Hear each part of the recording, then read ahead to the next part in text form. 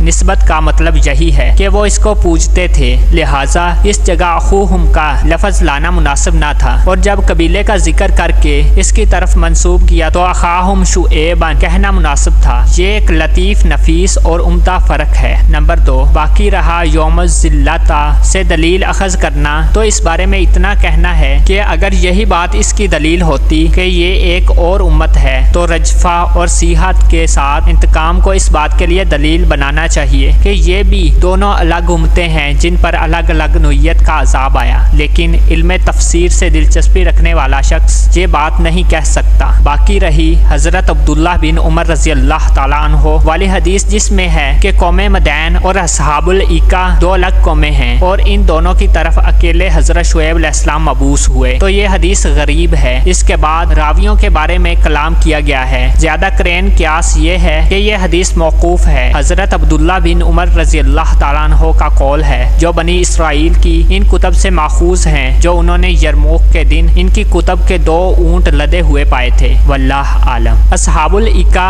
اور اصحاب مدین کے ایک امت ہونے کے متعلق یہ بات بھی دلالت کرتی ہے کہ اللہ نے ان دونوں کے متعلق ذکر کیا ہے کہ وہ ماپ اور تول میں کمی کرتے تھے، تو ان پر کئی قسم کے عذاب نازل ہوئے۔ موقع اور مقام کی مناسبت کی وجہ سے ہر جگہ عذاب کی ایک خاص قسم کو ذکر کیا گیا ہے۔ سورہ شعراء میں اللہ تعالیٰ کا فرمان ہے، الشعراء آیت نمبر 199، ترجمہ: پس انہوں نے اس کو جھٹلایا تو ان کو سائبان کے دن کے عذاب نے آ لیا، یقیناً وہ بڑے دن کا عذاب تھا۔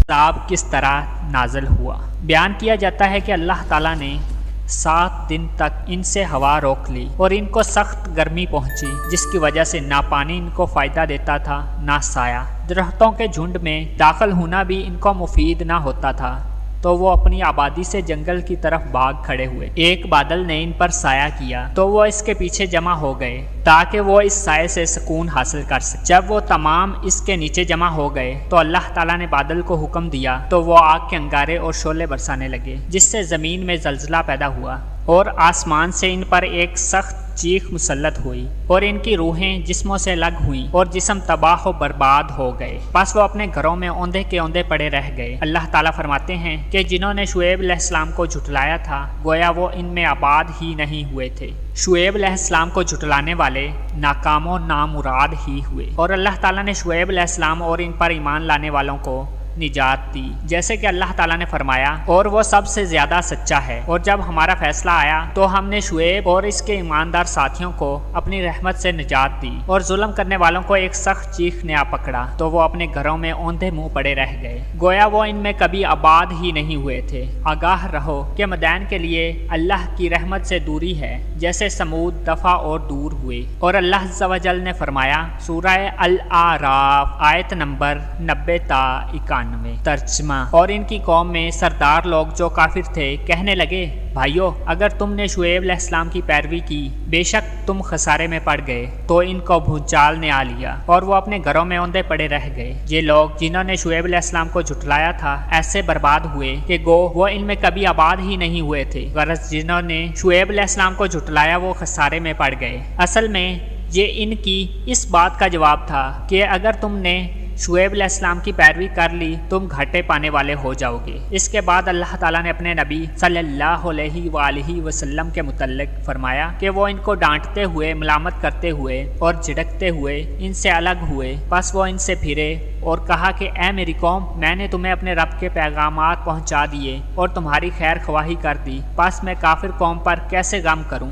یہ بات شعیب علیہ السلام نے ان کی ہلاکت کے بعد ان کے علاقے کو چھوڑتے ہوئے کہی کہ میں نے اپنے رب کے پیغامات بغیر کمی بیشی کے تم تک پہنچا دیے اور اپنی ذمہ داری پوری کر دی، اور جہاں تک میرا بس چلا تمہاری خیر خواہی کر دی، لیکن میرا کوئی طریقہ اور کوشش کامیاب نہ ہوئی، کیونکہ گمراہ ہونے والے کو اللہ ہدایت نہیں دیتا اور اس کے لیے کوئی مددگار نہیں ہوتا۔ پس جو ہوا سو ہوا، آج کے بعد میں تم پر کوئی افسوس نہیں کروں گا، کیونکہ تم نے خود ہی میری نصیحت کو ٹھکرایا تھا اور ذلت و رسوائی کے دن سے نہ ڈرے تھے۔ اس لیے فرمایا کہ میں کافر قوم پر کیسے غم کروں، یعنی جنہوں نے حق قبول نہ کیا اور نہ اس کی طرف توجہ کی اور نہ اس کی طرف پلٹے، تو ان پر اللہ کا عذاب اترا